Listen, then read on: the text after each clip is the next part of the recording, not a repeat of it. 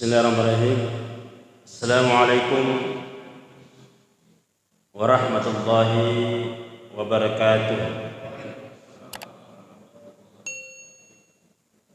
Alhamdulillahirabbil alamin wa bihi nasta'inu ala umuri dunya waddin. Wassalatu wassalamu ala Rasulillah wa ala alihi wa ashabihi ajma'in. Ma ba'd. Masyarakat muslimin sidang jamaah subuh yang sama-sama dirahmati dan diberkahi Allah Subhanahu wa taala. Alhamdulillah pada kesempatan yang barak ini kita banyak bersyukur kepada Subhanahu wa taala. Begitu banyak nikmat yang diberikan kepada kita, baik nikmat kesehatan, nikmat keberkahan pada subuh hari. Sebenarnya kata Rasulullah, Allahumma barik ummati fi bukuriha, ialah berkailah umatku pada subuh-subuh hari. Dan alhamdulillah juga kita sudah melaksanakan ibadah salat subuh, di mana Rasulullah rakaataini qabla al-fajar khairun minad dunya wa ma fiha.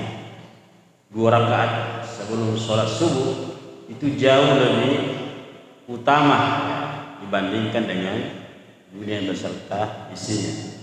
Apatah lagi sholat wajibnya yang disaksikan oleh para malaikatnya Allah Subhanahu wa taala.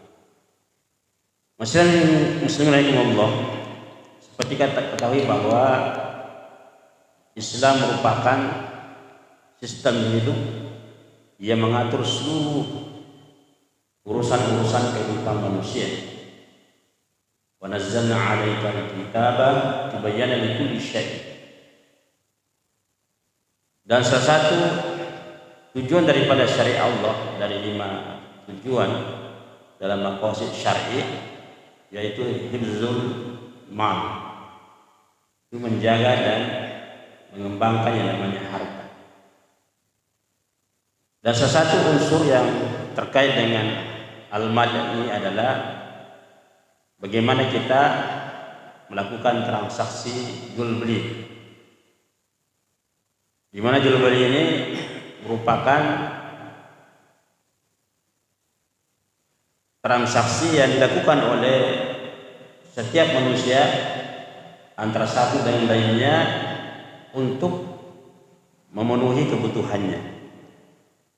Karena secara umum setiap manusia susah untuk memenuhi kebutuhannya sendiri.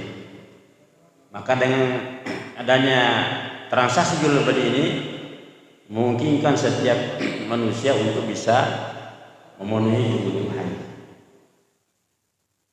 Nah, tentu transaksi jual beli ini yang merupakan sarana untuk bisa memperoleh kebutuhan setiap manusia, maka juga diatur dalam syariat Allah Subhanahu wa taala. Dalam kaidah usul fikih, bahwa yang namanya muamalah itu atau terkait masalah jual beli pada asalnya adalah sesuatu yang dibolehkan atau halal secara syariat, selama tidak melanggar daripada aturan-aturan syariat, selama tidak mengandung atau melanggar daripada aturan Allah Subhanahu wa taala. Nah, yang terkait dengan aturan Subhanahu wa taala, bagaimana kita harus memperhatikan namanya rukun dan syarat daripada satu transaksi, termasuk masalah jual beli. Nah, ini maksud dengan rukun adalah sesuatu yang harus ada pada setiap transaksi. Jika salah satu rukun tidak ada pada transaksi itu, maka transaksi itu dinyatakan tidak sah secara hukum dalam syariat Allah Subhanahu wa taala. Nah, apa rukun-rukun daripada jual beli berbahagia? Yang pertama, ada 2 pihak yang melakukan transaksi, baik penjual ataupun pembeli. Jadi tidak boleh kita membeli sesuatu kalau tidak ada penjual. atau menjual sesuatu tidak boleh kalau tidak ada pembelinya. Itu jelas ya. Yang kedua, harus ada objeknya. Apakah itu barang atau jasa. Dalam Islam tidak boleh kita menjual sesuatu kalau barangnya belum ada. Jadi harus ada. Sebenarnya kata Rasulullah, la tabi' ma laysa indak. Janganlah engkau menjual sesuatu kalau tidak ada ya, objeknya. Nah, kemudian yang ketiga harus ada ijab kabul. Ada penyerahan dan ada penerimaan. Ada penyerahan, ada penerimaan. Nah, kalau belum ada ijab kabul, belum ada kesepakatan daripada transaksi jual beli itu, maka secara hukum tidak sah daripada transaksi jual beli tersebut. Nah, setiap rukun itu disertai dengan syarat. Syarat ini menjadi keharusan terhadap sesuatu akad, sesuatu rukun berbahagia. Misalnya dalam yang berakad, itu dipersyaratkan orangnya harus berakal. Jadi tidak boleh kita melakukan transaksi jual beli, misalnya penjualnya gila, tidak berfungsi akalnya. Jadi tidak boleh misalnya seseorang karena melihat penjualnya gila, jadi biarlah saya transaksi gitu. Kesempatan ini bisa bodoh-bodoh ya. Itu nggak boleh. Atau pembelinya ada seorang yang gila, kan misalnya gitu ya. Kita penjual ya, ada orang gila mau belanja, boleh tidak? Ya, tidak boleh, karena tidak berfungsi akal. Dan secara dalam Islam, semua terkait dengan masalah syariah ini, orang gila itu terlepas yang namanya aturan-aturan hukum. Ya, makanya misalnya kalau ada orang gila melakukan suatu kejahatan misalnya, apakah dia membunuh atau mencuri, ya, dalam keadaan tidak berfungsi akalnya, maka tidak kena hukum. Maka tidak kena hukum. Nah, kemudian juga yang bertransaksi ini harus paham tentang masalah aturan-aturan dalam transaksi. Sebenarnya jais wal tasarruf, dia paham tentang hukum-hukum jual beli. Ya, makanya anak-anak kecil itu ya, nggak boleh melakukan transaksi kecuali kalau transaksi sifatnya sepele ya, dan bisa dituntun oleh orang dewasa. Misalnya ada anak kecil mau beli gula-gula sama tetangganya, itu boleh karena dianggap sepele dan bisa dituntun oleh orang dewasa. Misalnya ini ada uang Rp1.000 untuk beli jalan kotek misalnya, itu jelas bisa gitu. Tapi kalau dia pergi suruh beli sepeda, ya, beli motor, nah itu tidak boleh karena dia tidak tahu tentang masalah apa itu aturan-aturan dalam transaksi jual beli. Nah, kemudian objeknya, syaratnya yang pertama harus halal. Jadi dalam Islam, apapun bisnis kita, kalau itu objeknya haram, misalnya menjual babi, menjual anjing, menjual bangkai, menjual darah, ya, menjual patung dan sebagainya, itu tidak sah secara syariat. Maka tidak boleh mentransaksikan, mengambil keuntungannya atau kerjasama dalam bisnis itu karena objeknya yang diharamkan dalam syariat. Nah, yang kedua adalah objeknya bisa diserahkan, bisa diserahkan. Makanya dalam Islam tidak boleh kita menjual sesuatu yang tidak jelas. Misalnya contoh begini, kita ingin menjual sapi ya, sapi sementara lari ke hutan, mengatakan ini sapi saya sebenarnya harganya 10 juta, karena lari ke hutan 5 juta saja belikan, yang penting tangkap sendiri. Itu nggak boleh, karena tidak bisa diserahkan. Ada sesuatu yang sifatnya gharar dalam transaksi. Atau misalnya membeli burung merpati ya, jadi merpati saya harganya biarlah 10.000 saja per ekor, tetapi tangkap sendiri. Itu nggak boleh, karena tidak bisa diserahkan. Ada unsur gharar di dalamnya. Juga yang bahagia syaratnya barang itu harus ada. Tidak boleh kita hanya menjual sekedar gambar saja atau flyernya saja itu. Jadi harus menjual sesuatu yang bisa dipegang ya, bisa dia ukur volumenya, jenisnya dan sebagainya.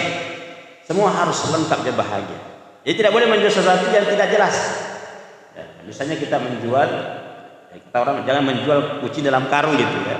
Semuanya harus transparan jelas sehingga tidak menimbulkan namanya goror ya, tidak pasti dalam transaksi. Nah kemudian dari setiap kebunnya syaratnya harus bermajelis ya, bermajelis. Tidak boleh berbeda majelis. Nanti majelisnya ada membedakan ya, apakah harus fisik sama-sama atau bisa juga misalnya telekonferensi ya, jadi dua pihak bisa ada hadir di situ ya, sama seperti orang menikah, apakah boleh menikah lewat telekonferensi atau telepon saja dan sebagainya, itu ada perbedaan pendapat.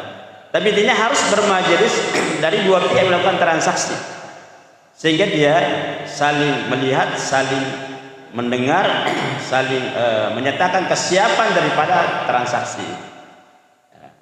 Yang kedua harus dia berurutan ya, tidak boleh tertunda daripada kesepakatan itu. Misalnya kita menjual suatu barang A, kemudian si mengatakan nanti saya pikir-pikir dulu ya. Nanti saya berikan jawaban 1 bulan yang akan datang. Itu secara otomatis transaksi itu batal ya, karena tidak bersambung daripada ijab kabul. Nah ini yang terkait dengan rukun dan syarat daripada transaksi jual beli. Jadi bahagia dalam jual beli itu ada beberapa jenis jual beli yang dilarang dalam syariat. Jadi penting karena sekali lagi asalnya namanya transaksi jual beli itu adalah boleh, halal, kecuali kalau dalamnya ada transaksi yang dilarang dalam syariat. Nah dalam jual beli ini banyak sekali model-model transaksi yang tidak boleh dilakukan. Yang pertama adalah jual beli yang mengandung unsur riba. Jual beli yang mengandung unsur riba. Contoh misalnya yang terkait dengan namanya riba fadl. Riba fadl. Riba fadl ini terkait dengan menukar dua barang ribawi. Di dalamnya ada penundaan penyerahan atau berlebihan jumlahnya. Nah yang masuk riba fadl adalah dari 6 komoditi. Ya, dalam hadis itu katakan Rasulullah, az-zahabu bis-zahabu wal fiddah bil fiddah wal bur wal bur, yaitu emas dengan emas, perak dengan perak, gandum dengan gandum, kemudian tepung dengan tepung, garam dengan garam dan kurma dengan kurma. Nah ini 6 komoditi termasuk barang ribawi. Nah oleh itu kata Rasulullah, kalau dia sejenis, ya maksud sejenis ini sama jenisnya. Misalnya kurma dengan kurma. Misalnya kita kurma yang murah ya dengan kurma yang mahal. Nah kalau kita mau tukar ya barter jual belikan, maka syaratnya 2 harus sama takarannya. Misalnya 1 kilo kurma yang kualitas bagus juga harus 1 kilo dengan kurma yang kualitasnya jelek gitu. Kalau langsung dibarter. Yang kedua harus tunai terbahagia, harus langsung di yadan biyadin, harus dipertukarkan langsung. Nah, tidak boleh mengatakan ini kan kurma kualitas B ini jelek ya, tentu misalnya harus lebih baik dibandingkan dengan kurma yang kualitas baik. Nah kalau dia berbeda takaran ukuran, maka itu termasuk jual beli ribawi. Ya. Sehingga mengatakan, kalau itu rugi kita jangan begitu. Masa satu yang baik, satu yang kurang baik, takarannya sama gitu. Maka Nabi mengatakan, juallah sesuatunya dulu itu baru belikan yang kita harapkan. Tapi kalau mau langsung barter, itu nggak boleh. Nggak boleh. Nah, contoh lagi adalah tukar menukar uang. Jual beli uang kan? Misalnya rupiah dengan rupiah, 100.000 dengan 90.000. Nah ini kan sama-sama barang ribawi, jenisnya sama-sama rupiah.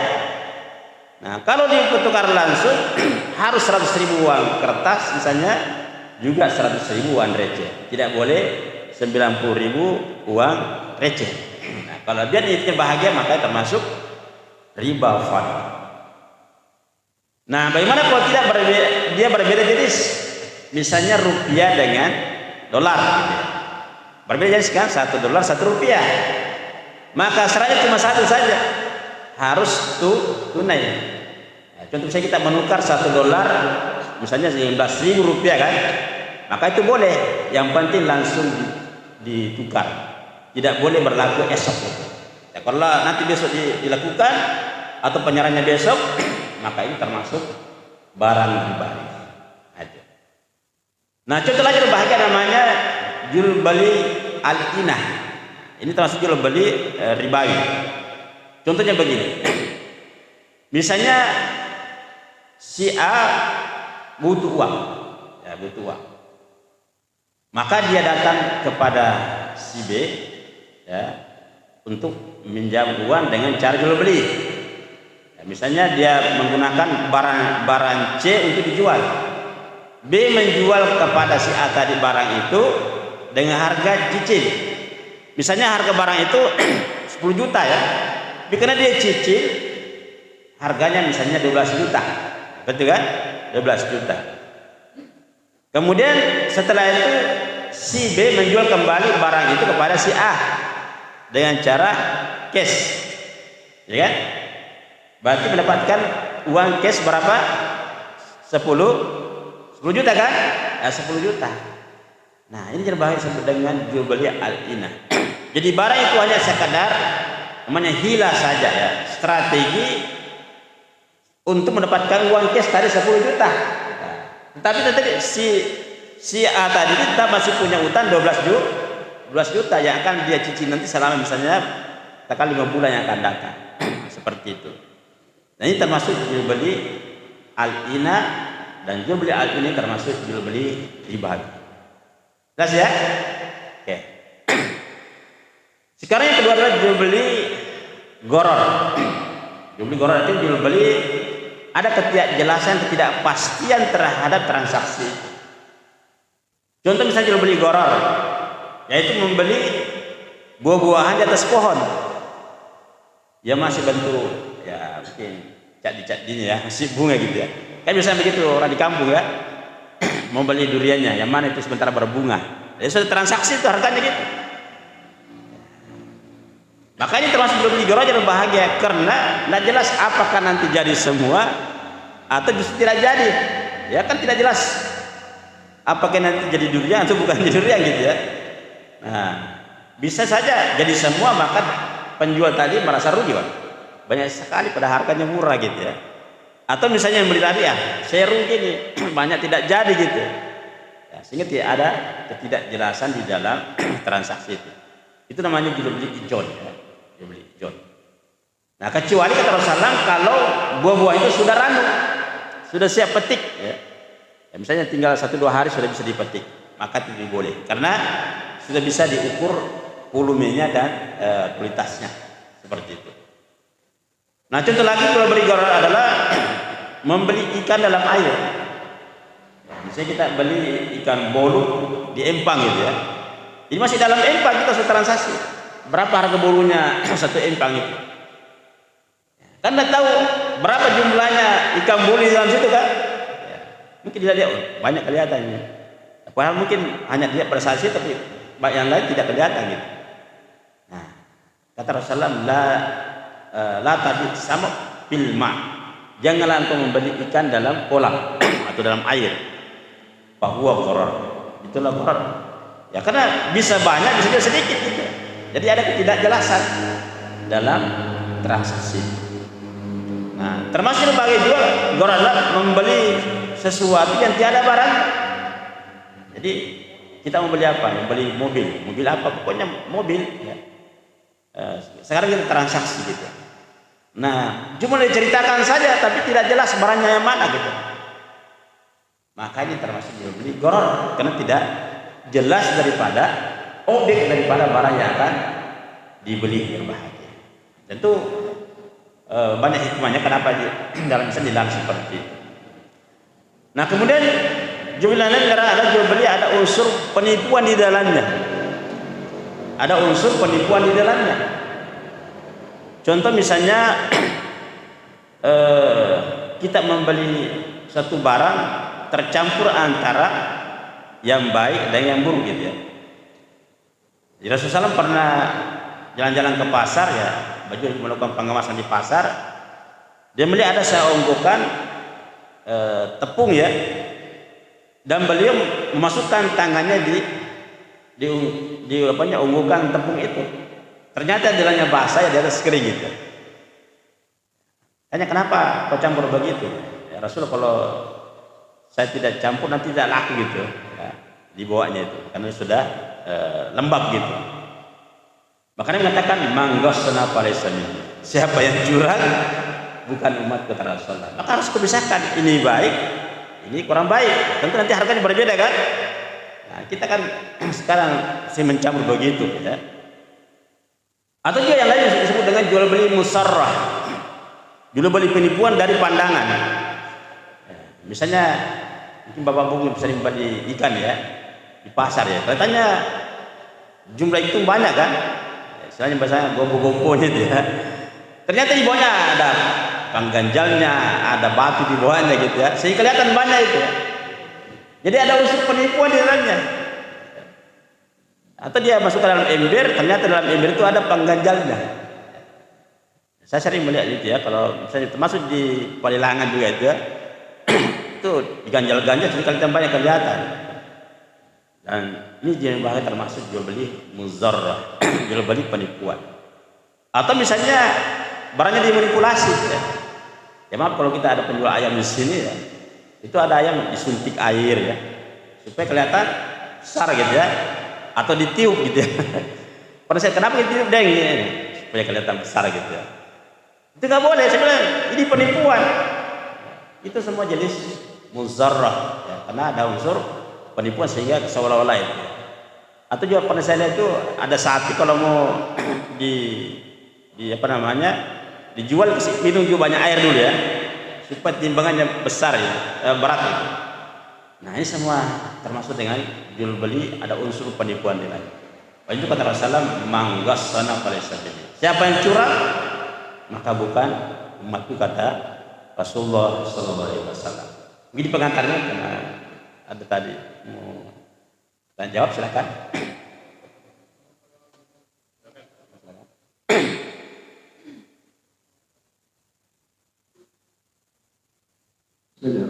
Assalamualaikum warahmatullahi wabarakatuh. Waalaikumsalam. Nama saya Pak Anwar. Jadi memang dalam Islam itu sudah diatur sejak ini, termasuk dalam transaksi jual.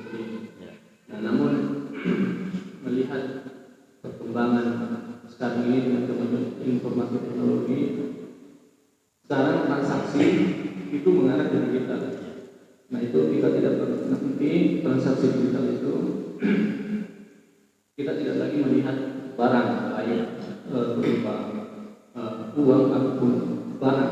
Nah, sementara ini belum penjelasan dari uang, harus ada uang atau barang yang harus Nah ini bagaimana kita berikan? Terima kasih. Assalamualaikum warahmatullahi wabarakatuh. Terima kasih Pak Anwar. Jadi yang pertama bahwa Islam itu tidak pernah ketinggalan zaman. Dan juga dalam masalah muamalah itu boleh kita berinovasi, boleh kita ada kreativitas pengembangan bisnis, termasuk juga sarana bisnis itu bisa dikembangkan sesuai dengan kebutuhan dan perkembangan zaman. Sehingga Islam apapun modelnya, apapun pengerekaman tidak pernah ketinggalan zaman, termasuk era digital sekarang. Jadi pada saatnya bahwa Islam tidak bertentangan digital. Jadi cuma yang paling penting adalah bagaimana dalam digital itu tidak ada unsur penipuan di dalamnya, tidak ada unsur kezaliman dalam transaksi. Nah, salah satu model dikembangkan dalam transaksi global itu namanya as-salam. Jual beli salam itu adalah kita melunasi dulu barang itu, nanti barang menyusulkan. Artinya kan barangnya belum ada kan? Kalau salam itu, tapi kita sudah lunasi dulu, nanti barang menyusul kemudian. Nah, cuma harus mengatakan kan tadi prinsipnya bahwa tidak boleh menjual barang kepada barangnya. Itu prinsip itu. Karena itu syarat dengan namanya kecurangan dan ketidakjelasan. Nah, oleh itu Rasulullah mensyaratkan boleh kita melakukan transaksi salam, kita lunasi dulu bagi barang sukunya. Yang penting ada jaminan tentang karakteristik barang itu. Misalnya berapa volumenya, jenisnya, karakteristiknya bagaimana, harganya, waktu penyerahannya, semua spesifikasi itu harus jelas dan ada kontrak seperti itu dan dijamin oleh penjual. Artinya kalau tidak sesuai ada namanya khiyar, ada pilihan untuk membatalkan. Nah, cuma kan sekarang digital sekarang ini ya justru tidak mau seperti itu ya. Pokoknya sudah pasang, mau cocok tidak cocok itu urusan begitu. Nah, ini kalau kita dalam perkembangan syariah ya mudahan dalam undang-undang syariah itu harus ada ya lembaga yang menjamin itu bahwa semua yang sudah disampaikan mungkin lewat brosurnya, lewat flyernya ya, demonya itu betul harus sesuai. Dan ada perjanjian kalau tidak sesuai ada pilihan, bisa dibatalkan atau ganti rugi misalnya. Nah, sehingga bisa terjadi win-win solution ya. Tidak ada pihak yang dizolimi ya. Karena selama ini yang selalu dirugikan adalah pihak konsumen. Itu yang terjadi. Nah, maka dalam syariat Islam itu ada namanya saddu ad-dzariyah. Semua sesuatu yang bisa menimbulkan kerusakan, kezaliman baik dua pihak atau satu pihak itu dihindari. Ya, maka dilarang sesuatu yang tidak jelas. Dan itu ada unsur kezaliman satu pihak itu. Ya, maka tadi boleh kita melakukan sistem digital ya, kita melunasi dulu nanti barang kemudian, tapi ingat seluruh spesifikasi barang itu harus disepakati dan kalau tidak sepakati ada namanya khiyar, ada pilihan untuk membatalkan. Seperti itu ya. Silakan. Silakan. Terima kasih atas kesempatan yang diberikan. Mungkin sehubungan dengan pertanyaan Bapak, karena itu sudah dunia digital. Ya. Ada beberapa hal yang perlu kita pahami. Saya pernah ikut diskusi tentang muamalah. Ya. Itu yang saya pernah dapat itu bahwa barang ribawi termasuk kurma itu tidak bisa dijual secara online. Ya. Atau apakah saya salah memahami dengan ini? Yang kedua Ustaz, tentang makelar. Sekarang kan Ustaz itu banyak sekali konsep afiliasi namanya sekarang itu makelar afiliasi. Saya pernah dengar dia bahwa ini boleh dalam Islam karena dia termasuk ju'alah atau sayembara. Bagaimana Ustaz misalnya kita kan sebagai makelar ini karakteristik barang ini kita tidak terlalu ketahui, atau misalnya kita ketahui cuma dari informasi barang tersebut, apakah boleh misalnya kita menyampaikan secara lengkap karakteristik ini, tetapi dalam hal ini penjual ini yang pemilik barang ini itu yang tidak amanah, apakah kita terlepas tangan dari hal itu maksudnya si pemilik barang lah yang bertanggung jawab dalam hal ini sebagai kita ini sebagai masalah afiliasi. Terima kasih Ustaz. Assalamualaikum warahmatullahi wabarakatuh. Selalu ya. Jadi penjual kurma ya. Ini kan kurma termasuk barang ribawi ya. Uang juga barang ribawi. Berarti dia sama-sama barang ribawi, cuma berbeda jenisnya kan. Ada barang dengan uang berbeda jenis. Ya, makanya syaratnya kan harus tunai gitu ya. Harus tunai. Nah, sekarang istilah tunai ini ya, ada dua pendapat. Apakah tunai langsung dikabat barangnya di situ atau dimaklumi ya, dimaklumi penyerahannya itu karena waktu gitu ya. Maka dia mengatakan selama itu tidak ada unsur spekulasi di dalamnya maka tidak boleh. Boleh tertunda pengiriman tadi itu, Tapi yang paling jelas dia harus sesuai tadi kriteria yang tadi itu. Kalau tidak sesuai dengan kriteria maka boleh dibatalkan. Itu yang terkait dengan kurma, apakah boleh tertunda penyerahan tidak. Jelas kan tidak boleh dikredit ya. Jadi kurma itu tidak boleh kredit karena dia termasuk barang ribawi. Nah, kemudian masalah tadi perantara atau samsar dalam ekonomi syariah ya. Jadi perantara itu pada dasarnya boleh ya. Yang penting ada wakalah, ada kuasa dari yang punya barang. Misalnya antum mau jadi perantara dari bisnis saya jual beli mobil ya. Saya katakan mobil saya, mobil A ini itu harganya 100 juta. Jadi Anda tidak boleh menjual di atas 100 juta harus menjualnya 100 juta. Ya. Nanti saya dapatkan berikan fee misalnya 5% dari 100 juta itu. Maka sama sekali Anda tidak boleh menjual di atas itu. Tapi kalau saya mengatakan, oke, ini harganya 100 juta, silahkan jual dia terserah berapa, lebihnya itu boleh. Ya, boleh. Karena sudah saya kasih wakalah kuasa kepada Anda untuk menjual daripada itu. Artinya mewakili saya sebagai pemilik mobil untuk menjual itu. Maka itu boleh. Tapi kalau tidak ada wakalanya, tidak ada kuasa dari yang punya barang itu untuk melakukan transaksi di luar daripada ketentuan tadi, maka tidak boleh. Itu punya hak. Jelas ya?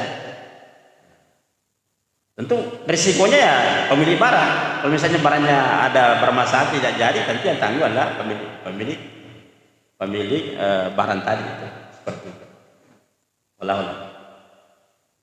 Silakan.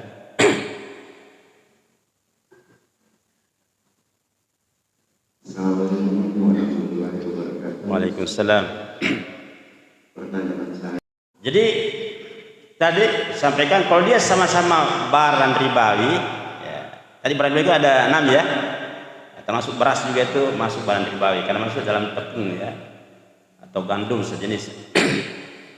Maka kalau dia sejenis, maka dua tadi syaratnya harus sama jumlahnya dan harus tunai pertukarkan. Kalau dia berbeda jenis, misalnya tadi rupiah dengan dolar, maka boleh berbeda jumlahnya, tetapi harus tunai. Nah, kalau dia salah satu di antaranya bukan barang ribawi, contohnya beras dengan pesawat kan bukan barang ribawi, maka tidak ada syaratnya, bebas saja. Mau di cash, mau dicicil, tidak masalah. Jadi menukar pesawat misalnya 100 ton beras, ya, itu tidak masalah. Apakah langsung ditukar ataupun juga ada jangka waktu, itu tidak masalah. Karena salah satunya bukan barang ribawi, seperti itu. Jadi kalau satunya barang ribawi, bukan barang ribawi, maka bebas. Mau cash, mau kredit boleh. Ya. Apalagi kalau keduanya bukan barang ribawi, misalnya satu mobil dengan 5 motor misalnya, itu boleh. Mau berbeda jumlahnya, mau di ada batas abad jangka waktu, bebas. Karena tadi saya bilang kalau salah satunya bukan barang ribawi, maka bebas ya. Apalagi kalau dua-duanya bukan barang ribawi. Nah, jadi yang berlaku tadi adalah barang ribawi, ya. Apakah sejenis atau berbeda jenis. Nah, kalau dia sejenis, dua syaratnya harus sama dan harus tunai. Tapi kalau satunya beda jenisnya, maka syaratnya cuma satu, harus tunai. Seperti itu aturannya. Silakan Pak.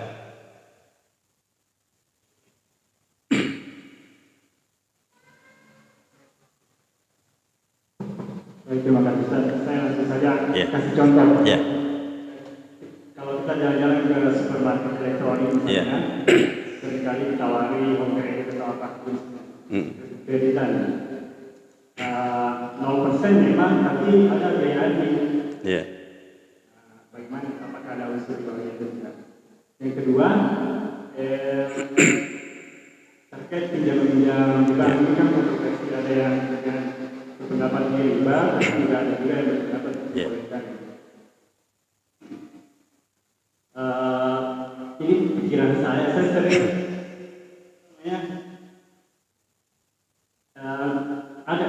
ada ustaz-ustaz misalnya yang mengharapkan, tapi kemudian umat itu menabung di satu bank, tapi diharapkan untuk pinjam modal ya, misalnya modal usaha. Jadinya kemudian yang pinjam modal usaha itu teman-teman non-muslim misalnya, umat Islam yang berkawan atau kemudian yang non-muslim yang pinjam modal dipakai modal usaha. Betul. Iya.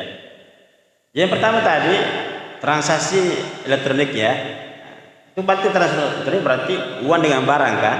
Betul, uang dengan barang. Berarti salah satunya bukan barang ribawi. Maka bebas, mau di cash, mau dicicil, Artinya cicil kan berarti harganya lebih mahal kan daripada cash gitu. Maka boleh, tidak ada masalah. Jadi mencicil barang-barang yang bukan bulan ribawi itu boleh. Bisa harganya bertambah atau tidak, terserah daripada kesepakatan. Ya, karena satunya bukan barang ribawi. Ya, itu yang pertama. Yang kedua tentang kredit di bank ya. Tentu berbeda di konvensional yang menggunakan sistem pendekatan bunga ya. Karena di transaksi di konvensional itu adalah transaksi pinjam meminjam, utang piutang. Nah, dalam utang piutang itu tidak boleh mengambil keuntungan. Misalnya sekian persen bunganya per tahun. Itu termasuk ribawi, masuk ribawi. Nah, kalau di syariah transaksi itu bukan utang piutang.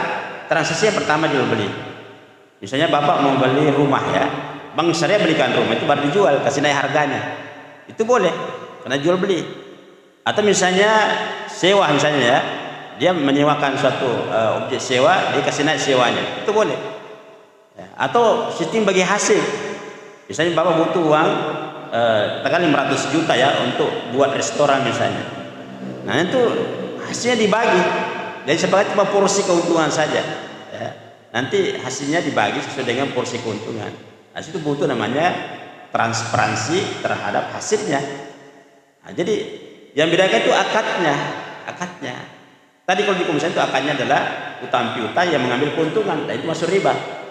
Ya, maka jangan mengambil transaksi di konvensional itu dengan cara meminjam. Nah, sekarang bagaimana menabung di bank konvensional? Nah, yang pertama sebenarnya secara asalnya tidak boleh. Kenapa tidak boleh? Karena itu bertolong-menolong dalam dosa dan maksiat kan ya, wala ta'awanu 'alal ismi wal udwan. Itu kan menghidupkan ribawi kan. Kalau kita menabung di bank konvensional itu kan semakin subur namanya modalnya, uangnya itu bank konvensional. Nah itu hukumnya haram gitu. Nah kecuali ya akhirnya apa? Yang pertama karena darurat. Kita nggak darurat memang karena tidak ada ataukah sulit sekali kita ini menggunakan bank syariah karena jumlahnya mungkin jaraknya susah, kemudian juga memang kurang gitu ya, maka boleh kita menggunakan bank konvensional.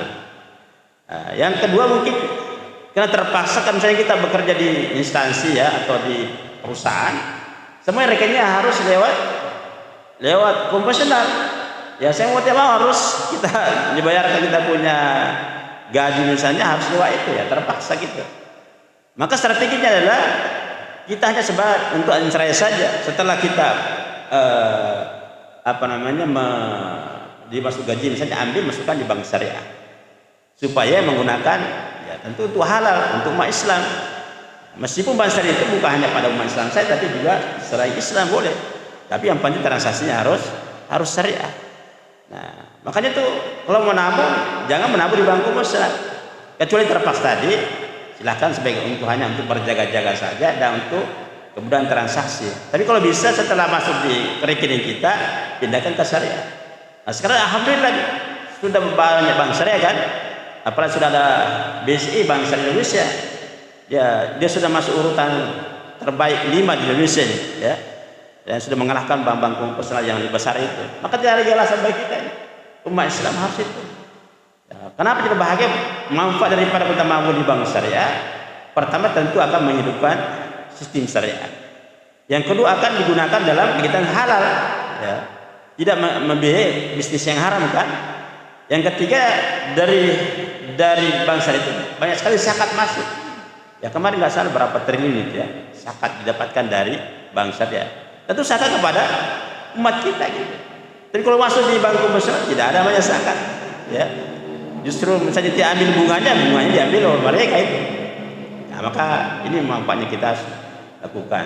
Awalnya itu ya, kalau bisa kita lakukan hijrah ke syariah. Ya. Jangan lagi menabung di bank konvensional. Maka konvensional akan ya, tergulung gitu. Itu caranya itu. Paling kita akan mayoritas. Maksudnya kenapa tidak?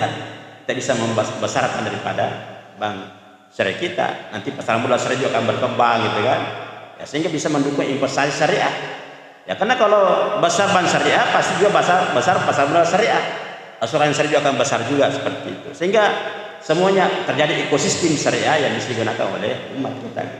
Itu kuncinya sebenarnya. Jadi kalau orang lain menggunakan bank saya silakan urusan mereka, tapi umat saya jangan menabung di situ.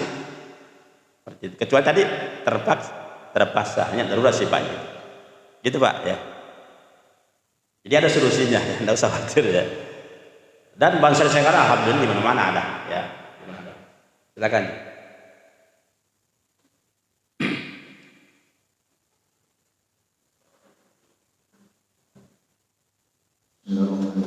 Assalamualaikum warahmatullahi wabarakatuh. Waalaikumsalam. Ada 3 pertanyaan saya. Yang pertama kan kalau jual itu antara pembeli dan penjual itu tidak ada artinya perasaan saling menyesali gitu. Bagaimana dengan masih terkait dengan jual beli secara online? Pernah ada kasus yang saya alami sendiri, itu barang saya yang beli, ada yang tercantum di situ, ternyata setelah saya kirim uang misalnya, itu barangnya tidak terkirim karena memang sudah ada keyakinan yang konfirmasi bahwa barang itu sudah tidak ada. Itu uang dikembalikan, cuma tidak dalam bentuk fisik lagi, uangnya kita tidak terima langsung uangnya itu, cuma tidak tahu apa istilahnya itu kalau tapi itu masih bisa artinya kita membeli barang yang lain, tapi bukan uang yang langsung kita ambil itu ya, cuma yang tentunya artinya kita membeli barang sesuai dengan uang yang dikembalikan itu yang tidak dalam bentuk fisik uang itu. Kemudian Ustaz, bagaimana dengan kredit barang itu? Kan ada saya pernah dengar pendapat bahwa kalau kredit itu langsung misalnya kita beli barang itu langsung ke penjualnya, misalnya mobil kita langsung ke dealernya misalnya, tapi kan sekarang melalui perantaraan pembiayaan. Yang ketiga saya Ustaz, bagaimana hukumnya itu kalau kita tentang lelang barang, kan biasa itu pelelangan melelang barang istilahnya itu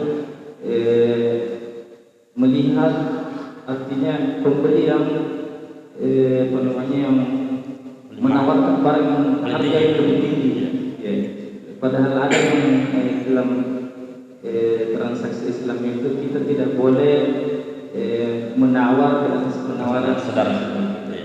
mungkin saya. Jadi yang pertama kembali kepada kesepakatan bersama ya. Al-muslimuna ala syurutihim. Jadi kalau misalnya tadi pembelian online, misalnya kita komplain ya, harus dikembalikan dan boleh dikembalikan tapi dalam bentuk yang lain. Nah, kalau tidak dalam perjanjian itu nggak boleh, karena itu memaksa orang harus beli sesuatu yang tidak diinginkan, tidak boleh. Kecuali kalau ada kesepakatan bahwa boleh dikembalikan, yang penting nanti cari barang yang penggantinya gitu. Kalau kita sepakat maka boleh ya, selama nilainya sama tadi itu. Tapi kalau tidak ada perjanjian nggak boleh ya, karena intinya ya saya dirugikan ya kembalikan kerugian saya gitu, seperti itu. Jadi kembali kepada apa yang disepakati bersama, artinya kita ridho dengan kesepakatan itu. Kalau tidak ya jangan, tetap kembali uangnya dan mungkin dikurangi biaya terhadap kerugian daripada penjual. Nah, yang kedua, apa yang kedua itu? Oh, lelang ya? Oh, kredit ya. Jadi,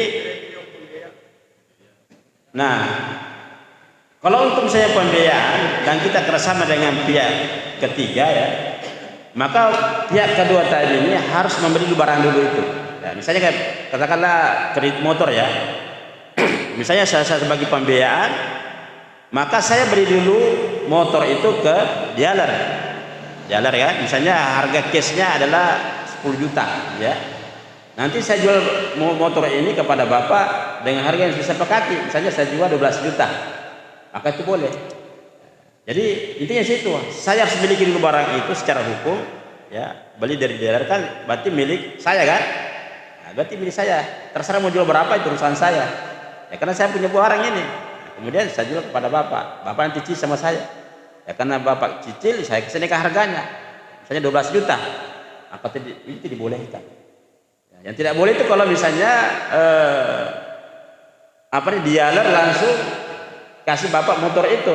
Saya kasih 10 juta kepada dealer. Itu seakan-akan hanya pinjam uang kan? Pinjam uang itu tidak boleh. Paham ya? Seperti itu. Jadi kalau pembiayaan itu harus memiliki barang dulu, itu baru dijual kepada si nasabahnya tadi. Jadi urusan dealer dengan nasabah tiada hubungannya. Hubungan nasabah dengan pembiayaan itu yang bertransaksi nanti untuk melunasi utangnya secara cicilan. Nah kemudian yang ketiga masalah lelang ya. Di perasaannya dari sana lelang boleh. Ya. Lelang boleh. Yang penting kalau sudah disepakati harga, misalnya nih, banyak kan misalnya ada si A, si B ya. Nah, misalnya si C yang paling tinggi ya, oke sepakat harganya gini, sudah sepakat harganya, oke sudah berarti dia membeli. Tapi tiba-tiba masih ada si D, saya mau juga ini, ya, saya mau membeli mahal, itu nggak boleh, karena sudah ada kabat namanya, sudah sepakat di situ. Nah, kalau dia mengatakan biar dia karena dia lebih mahal, itu tidak boleh, itu namanya menjual di atas pembelian saudaranya. La yabi ba'dukum ala yabi ba'din. Tidak boleh kita membeli atau menjual sesuatu di atas pembelian saudara kita. Tapi kalau sudah sepakat tadi selesai itu, ya. Sama misalnya kalau ada orang melamar kan, misalnya si A melamar seorang gadis ya. Misalnya katakanlah kapannya misalnya X rupiah gitu ya. Ya tiba-tiba sudah sepakat kan maharnya X rupiah. Tiba-tiba datang si B misalnya mau lebih mahal, misalnya saya mau Y rupiah gitu ya, lalu kita pindahkan, batal ini kenapa rendah jadi dia punya mahar gitu, itu nggak boleh. Nah itu kata Rasulullah, tidak boleh kita melamar di atas lamaran saudara kita, kecuali kalau si A tadi sudah melepaskan, wah boleh saya mundur deh, terserah kamu saja yang maju gitu, boleh. Tapi kalau sudah sepakat tadi si A, nggak boleh melamar, meskipun yang melamar tadi itu lebih mahal. Saya misalnya kontrakan ya, sudah ada si A misalnya kontrak kamar kita setahun misalnya 5 juta, sudah oke, ya sudah bar DP sudah jadi. Tiba-tiba Pak bisa saya lebih mahal daripada dia, 5.500.000 itu. Oh boleh ya? Tidak boleh karena sudah sepakat tadi. Itu namanya menjual di atas pembelian saudara kita. Tujuannya apa? Menjaga ukhuwah. Di salah satu ciri khas daripada transaksi itu menjaga hubungan, kebersamaan ukhuwah di antara sama manusia. Jangan gara itu jadi perpecahan. Itu menyasadud dzariyah, mencegah sesuatu yang bisa menimbulkan kerusakan, kemudaratan di antara manusia. Itulah logika Islam yang baik. Ya. Jangan karena keuntungan, jangan karena kita mau kaya cepat, semuanya dilabrak gitu. Itu tidak boleh. Nah, itulah luar biasanya transaksi muamalah manusia. Seperti itu Pak. Terakhir, silakan.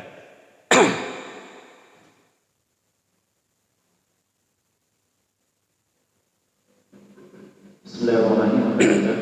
Ya. Saya terkait membeli kwitansi. Ya. Studi kasus ini di Timasana, saya pernah jalan-jalan ke sana. Umpamanya begini, ada barang dari luar daerah, dari Kendari atau dari mana, satu trek itu. Ya. Nah, setelah barang masuk itu, yang punya tadi itu gak dapat kwitansi, bawahnya 50 juta. Iya. Tapi menunggunya 1 minggu baru bisa cair, Ustaz. Iya. Jadi ada beberapa orang di situ, Ustaz, beli kwitansi itu, Ustaz. Misalnya dia yang bayarkan itu kwitansi, Ustaz, baru dia siap menunggu itu keluarnya uang dari perusahaan, Ustaz. Iya. Apakah boleh itu, Ustaz? Iya. Tadi kan ceritanya bahwa itu kan kwitansi pengganti uang kan? Oh maaf, Ustaz. Pokoknya 50 juta harganya itu tadi satu trek itu barang. Iya. Tapi dia bersepakat dengan yang punya itu, dan dia sudah tidak mau menunggu 48 juta umpamanya, diuntungkan 2 juta. Iya. Jadi dia untung 2 juta, cuma beli kwitansi, Ustaz. Iya. Apakah boleh, Ustaz? Oke. Ini kan pengganti uang ya. Kwitansi itu pengganti uang. Betul ya? Nah, membeli uang dengan menambah tambahan itu masuk riba itu. Ya. Jadi bagi ceritanya itu. Pengetakan barang mana barangnya, kan barang tidak jelas juga. Jadi banyak sekali di situ risiko di situ. Yang pertama sudah membeli kwitansi, mengambil keuntungan dari kwitansi itu. Berarti membeli uang untuk menambah uang kan? Nah, itu masuk riba. Yang kedua membeli sesuatu tidak jelas. Misalnya ini itu barang ini, mana barangnya? Kan nggak jelas. Sampai barangnya bermasalah, rusak atau tidak bisa diserahkan. Jadi banyak sekali ya risiko goror di dalamnya. Termasuk di masalah riba itu. Maaf Ustaz, itu barangnya jelas Ustaz. Maksudnya barangnya sudah masuk dan pasti dibayarkan oleh perusahaan. Cuma yang punya ini tidak mau menunggu uang itu. Misalnya cairnya nanti 3 hari. Yeah. Itu orang yang bawa barang mau uang sekarang. Yeah. Maka ada beberapa orang di situ yang siap bayarkan, tapi dia beli kurang dari harga dari kwitansi itu. Nah kalau begitu jangan membeli kwitansinya, membeli barangnya. Jadi rubah akadnya, saya membeli barang ini ya. Saya membeli barang ini harganya berapa gitu. Bukan beli kwitansi. Ya kan itu kan tadi kwitansi pengganti uang kan, bukan barang itu. Berarti barangnya harus kita beli dulu sebelum harus masuk ke perusahaan. Iya. Beli dulu. Lihat dulu barangnya mana, barangnya barang apa ini ya. Baru kan dilihat bagaimana kriterianya sampai barangnya bermasalah ya. Nah, jadi ya sama, betul, sama jual arisan. Menjual arisan begitu nggak boleh. Namanya arisan tembak gitu ya. Saya naik dulu deh. Biar misalnya 10 juta kan totalnya, biar saya 9 juta saja. Itu nggak boleh masuk riba itu. Itu arisan tembak. Ya, sama tadi membeli kwitansi, sama dengan membeli uang kan gitu. Nah kalau mau aman, kita beli barangnya saja. Berapa harga barangnya? Tapi barangnya apa gitu? Ya, harus lihat dulu. Atau misalnya dia kriteria, misalnya saya mau beli mobil apa jenisnya, tahun berapa, kan ada kriterianya kan? Ya kalau tidak jelas jangan, goror namanya itu. Dan banyak sekali orang ditipu begitu, banyak membeli kwitansi begitu. Saya misalnya beli proyek kan, ternyata proyeknya bermasalah. Ya misalnya proyeknya nilainya 100 juta, oke beli saja 90 juta, kan untungnya 10 juta kan? Ternyata proyeknya bermasalah, terus siapa yang menanggung? Ya beli SPK betul, cocok betul SPK. Sudah tidak boleh Pak, karena ini berisiko, karena tidak jelas barang sesuatunya belum ready gitu ya. Jadi semuanya harus hindari agar tidak terjadi kezaliman ya dalam transaksi bisnis. Seperti itu Pak. Silakan. Salam. Menyangkut ini bank syariah dengan bank konvensional. Kalau transaksi di bank syariah dianggap aman ya, bebas riba. Tetapi pada prakteknya saya tidak bisa melihat apa perbedaan antara bank konvensional dan bank syariah. Karena pada saat kita ngutang itu sama saja. Ada pernah disampaikan bahwa yang membedakan itu akadnya, akad yang membedakan. Tapi akad yang mana? Yang mana yang dimaksud akad?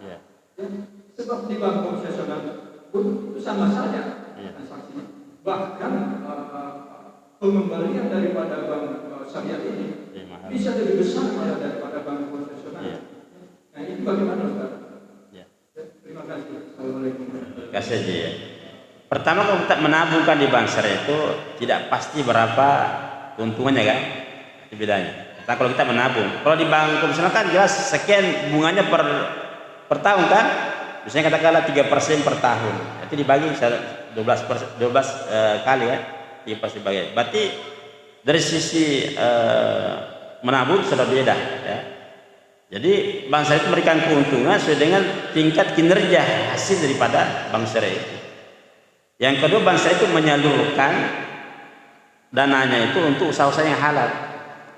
Kalau konvensional mau halal haram sama aja gitu, tidak ada masalah gitu ya.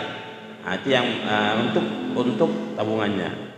Nah sekarang pembiayaannya, Nah, pembiayaannya itu memang berbeda-beda. Ada prinsip jual beli, ada bagi hasil, ada ijarah, ya, ada banyaklah, perlu ada IUP dan sebagainya. Contoh misalnya jual beli ya. Jadi kalau jual beli itu bank syariah membelikan objek yang dijual nasabah. Misalnya Pak Haji beli rumah ya. Beli rumah katakanlah harga perolehannya itu adalah 200 juta. Misalnya bank saya jual kepada Bapak 250 juta. Berarti bank syariah untung 50 juta. Harga sudah pasti 250 juta tidak boleh berubah sampai selesainya.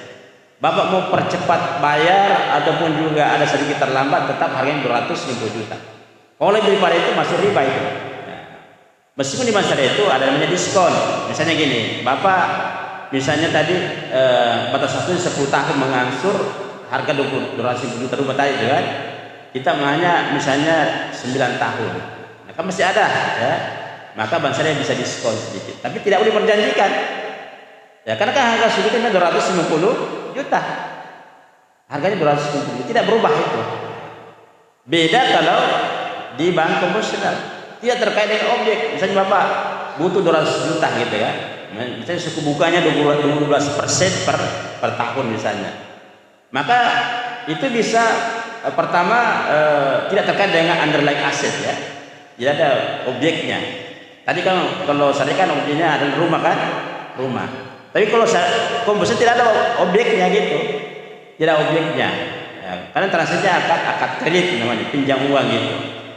Nah, suku bunga itu bisa berubah, tergantung pada suku pasar. Memang kalau bank konvensional itu awalnya itu rendah bunganya itu, tapi sudah 3 tahun ke atas itu pasti naik harga bunganya.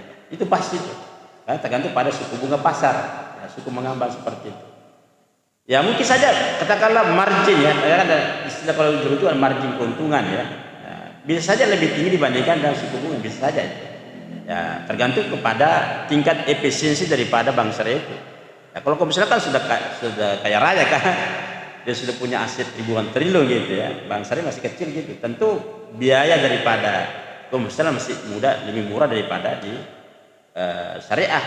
Tapi bukan persoalan murah atau mahal. Yang paling penting adalah cara transaksinya. Seperti itu. Tapi insya Allah bank syariah ke depan akan lebih efisien.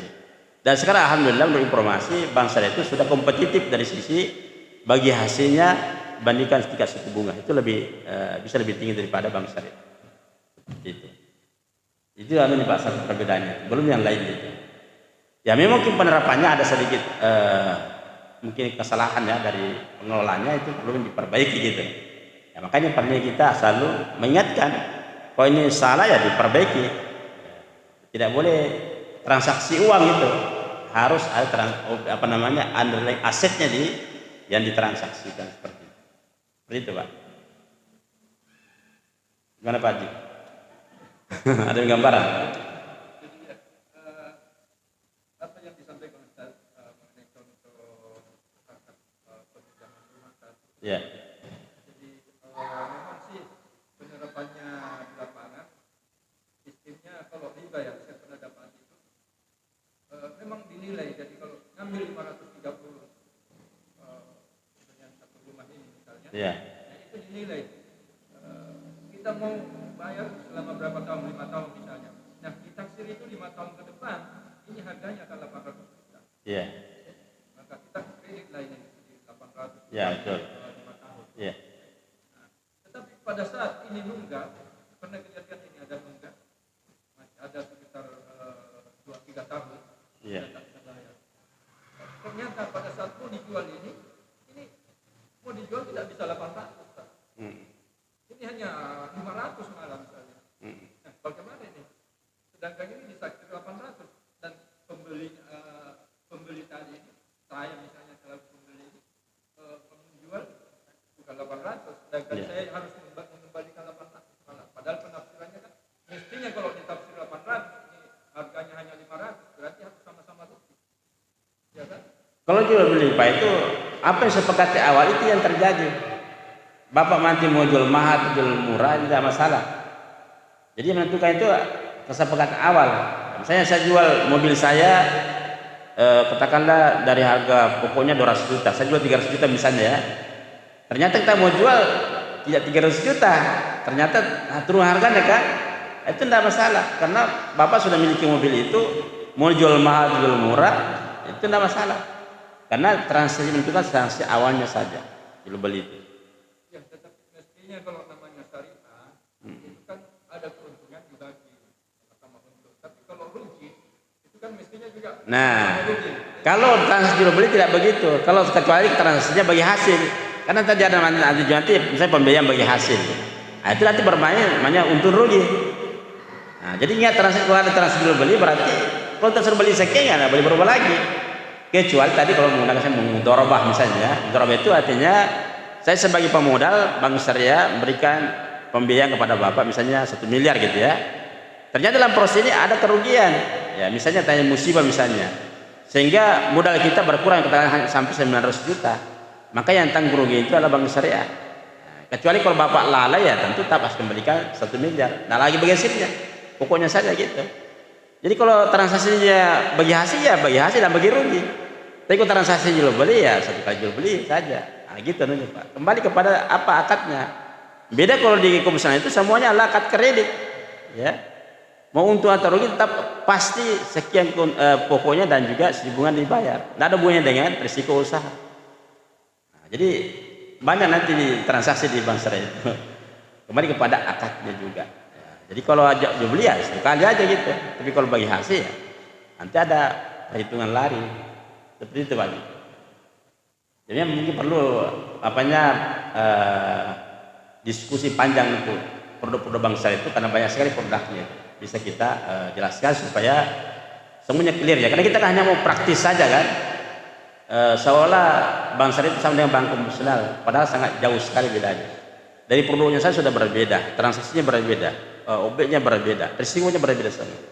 Jadi perlu ada penjelasan secara teknis tentang produk-produknya, baik tabungannya, baik itu jasa-jasanya, kemudian juga dari sisi pembiayaannya. Itu semua beda sekali Pak. Ya, yakin insya Allah pasti bank syariah itu menguntungkan. Gitu Pak. Persembahkan oleh Yayasan Haji Muhammad Cengho Sulsel dan Takmir Masjid Muhammad Cengho Goa.